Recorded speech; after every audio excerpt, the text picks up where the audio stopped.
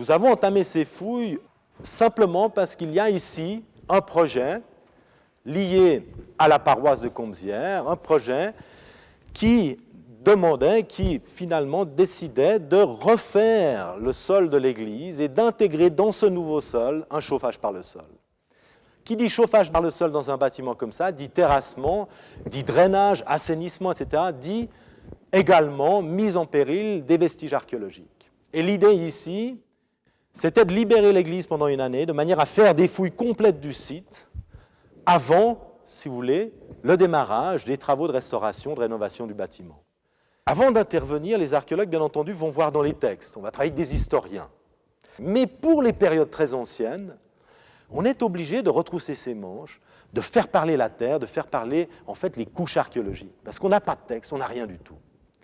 Alors, quand on descend ici, dans l'église de Comzières, il faut simplement se rendre compte qu'au début, quand on commence les fouilles ici, on va casser un sol et on retrouve toute une quantité de sépultures. Et des sépultures qui, quand elles sont ensevelies ici au XVIIe ou au XVIIIe siècle, on va les enterrer à partir de ce niveau-là. Quand on va enterrer une tombe, on va détruire toutes les couches archéologiques, on va détruire toutes les tombes précédentes, et donc on va brasser le terrain. Et le travail des archéologues, quand on arrive, c'est de dégager la dalle, et ensuite de faire ce qu'on appelle des décapages.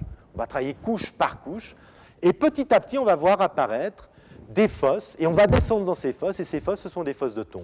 On va fouiller ces tombes, on va les prélever, on va aller toujours plus bas.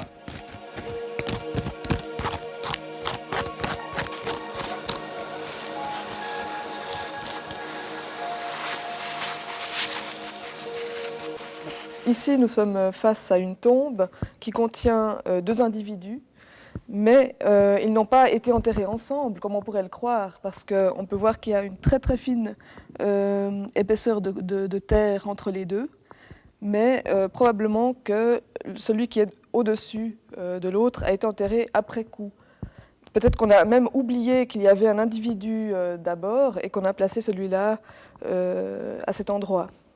Donc c'est un jeune individu, vu la taille des os, mais un individu qui n'est pas un enfant, parce que les têtes des os sont soudées, alors que quand il s'agit d'un très jeune enfant, ce n'est pas le cas.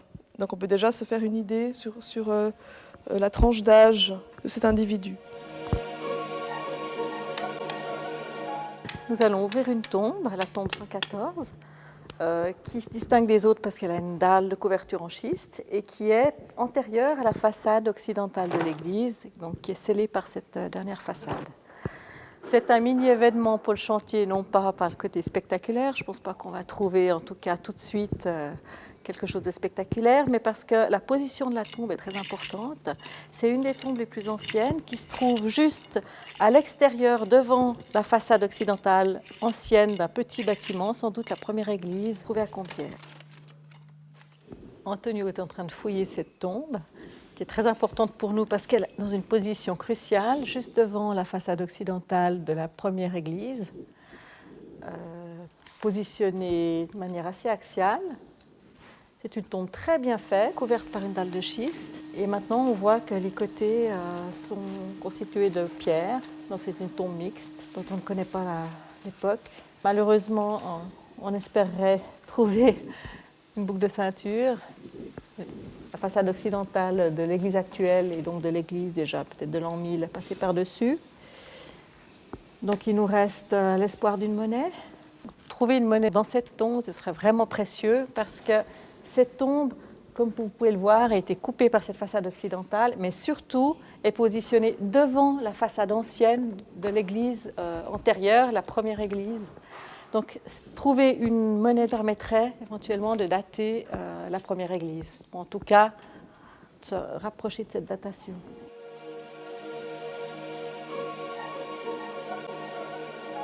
Alors, tu vois la tombe 278.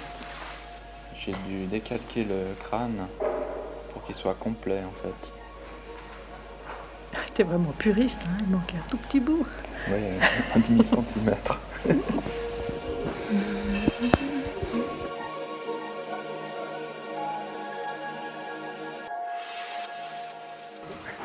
Alors moi, je suis en train de dessiner ces petites bouts de mur parce qu'on a un petit problème. On a un mur qui est peut être le même, mais elle n'a pas le même mortier que celui-là derrière toi.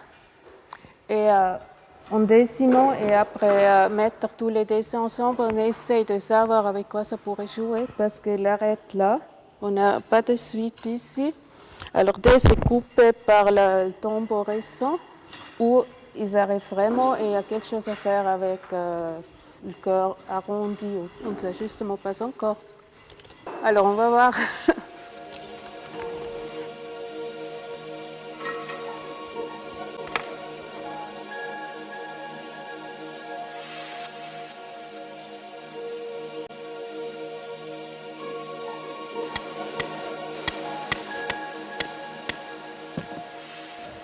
Alors à Combezières, on a énormément de chance parce que toutes les étapes des églises, les unes plus récentes que les autres, sont clairement distinguables grâce à leur mortier.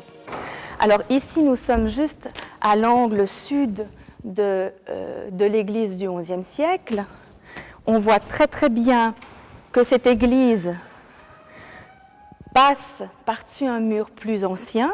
Et lorsqu'on vérifie, en faisant des prélèvements de mortier, l'étape 11e et l'étape plus ancienne, on se rend tout de suite compte qu'il y a deux types de mortiers très différents.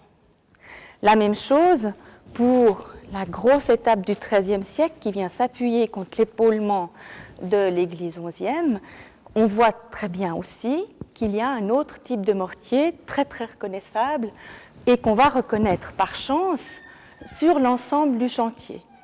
Donc pour nous, ces vérifications vont confirmer ou infirmer les conclusions archéologiques visuelles et parfois proposer d'autres pistes, compliquer des fois un petit peu la réflexion, mais d'une façon générale sont là pour apporter une aide et une confirmation aux conclusions archéologiques.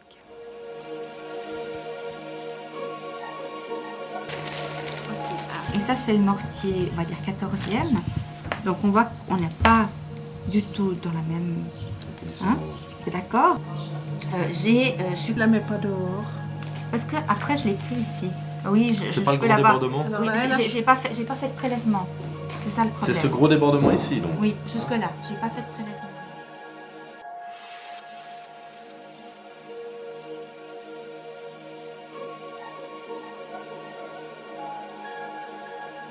Alors ici, c'est une opération de fin de chantier, c'est le démontage du sol romain, ce qui nous fait un petit peu mal au cœur, mais c'est très important de vérifier l'implantation de ce sol. On a eu tout le matériel qui s'est effondré sur ce sol, donc la destruction du sol datée par les céramiques qui pouvaient s'y trouver.